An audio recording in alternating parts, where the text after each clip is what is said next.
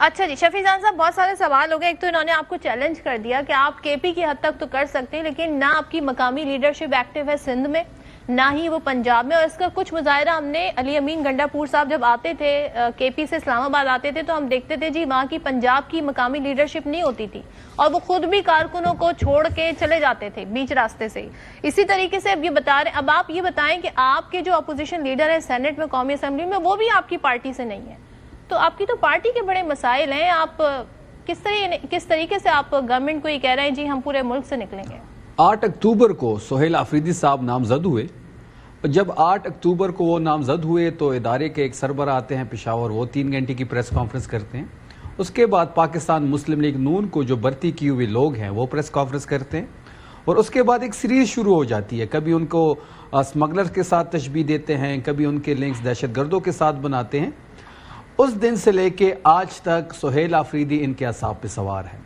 جہاں تک آپ نے بات کی کہ ہم نے پہلے اپنے گولز اچیو نہیں کیے، تو آپ کو اس بار انشاءاللہ یہ آپ لکھ لیں اپنے ساتھ صدف کہ اس بار جو ہوگا وہ کچھ نیکسٹ لیول کے ہوگا. اور جو ہم دیکھ رہے ہیں جس طریقے سے اختیار صاحب نے ہزارہ کا منظرنامہ پیش کیا، غلط بیانی کی، اگر وہاں پہ لوگ نہیں نکلے تو وہ ویژولز میں اختیار صاحب کو بھی دے دیتا ہوں، آپ کو بھی بھجوا دیتا ہوں، شاید آپ کے پاس پڑے بھی ہوں گے.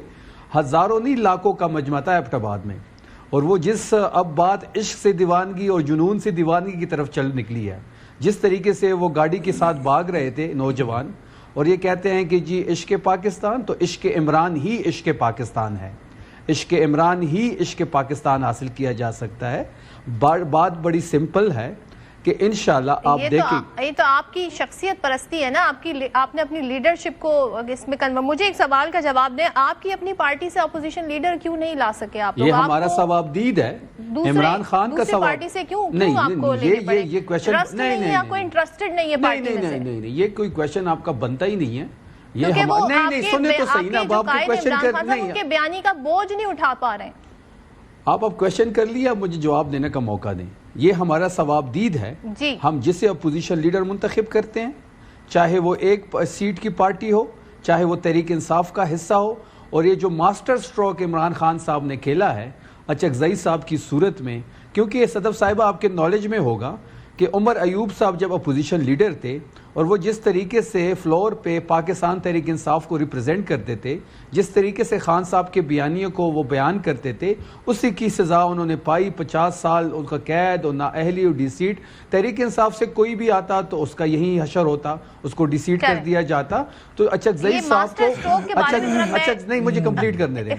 اچکزئی صاحب کو جو ہم نے نومینیٹ کیا ہے، اور جب اچکزئی صاحب کو ہم نے نومینیٹ کیا تب 5 مہینے لگے پاکستان مسلم لیگ نون کو، قومی اسمبلی اسپیکر کو اس کو نوٹیفائی کرنے میں.